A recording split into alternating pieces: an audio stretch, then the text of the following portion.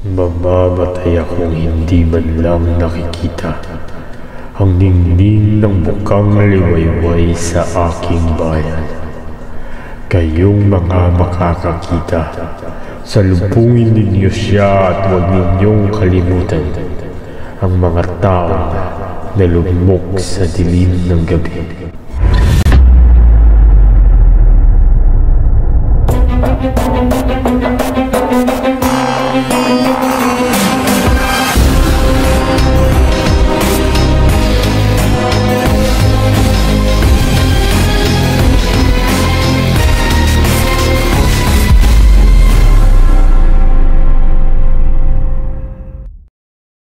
Good day everyone, I'm John Macarais and we're here at Salay City Public Plaza where a statue of our national hero Dr. Jose Rizal proudly stands.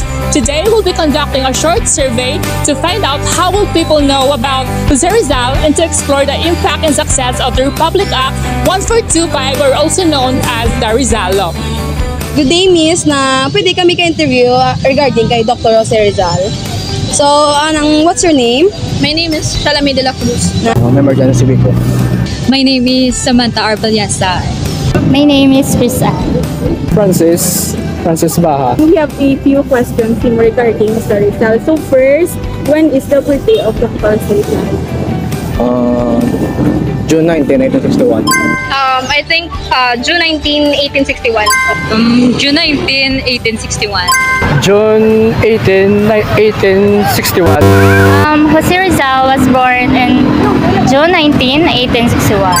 Okay, so the second question is, So can you describe Jose Rizal immediate family? I think their immediate family was known and most influential in Calamba. I don't have any. Si Jose Rizal, sa family nila, ika-7. For me, he have a loving family.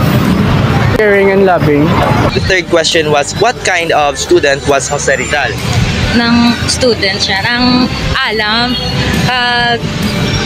damo siya may learn bala, damo siya may nabalaan about sa mga bagay-bagay bala. I think he is full of wisdom. Jose Rizal as a student is pisan, smart, and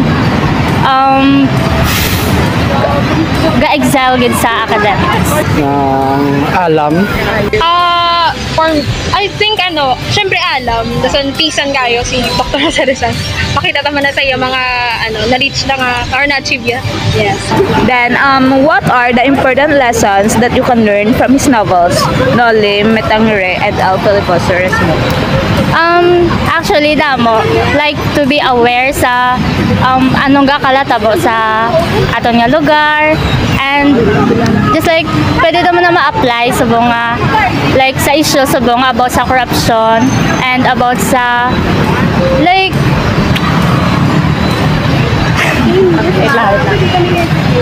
ang galawat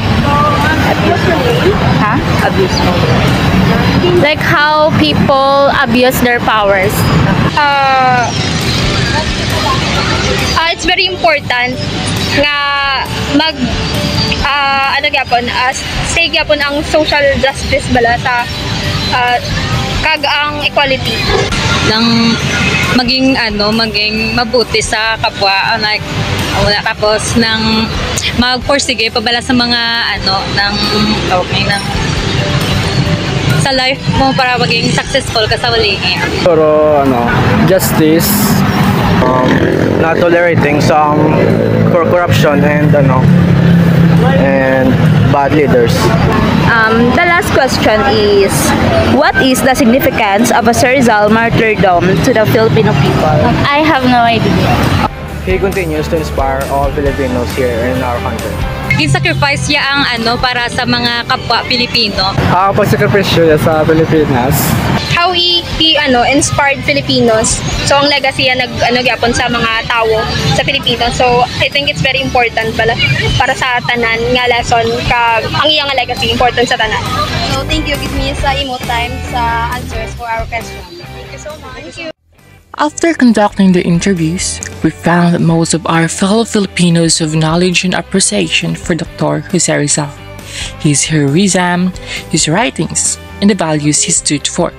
However, some still need a deeper understanding of the true essence of Republic Act 1425 or the Rizal Law, which aims to strengthen nationalism and love for our country by studying Rizal's life and works.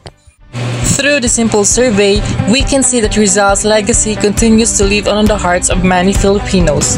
His courage, intelligence, and love for the country remain an inspiration, especially for the youth. This has been John Macarais, and thank you for joining me in exploring how the Rizal Law continues to shape our national identity today.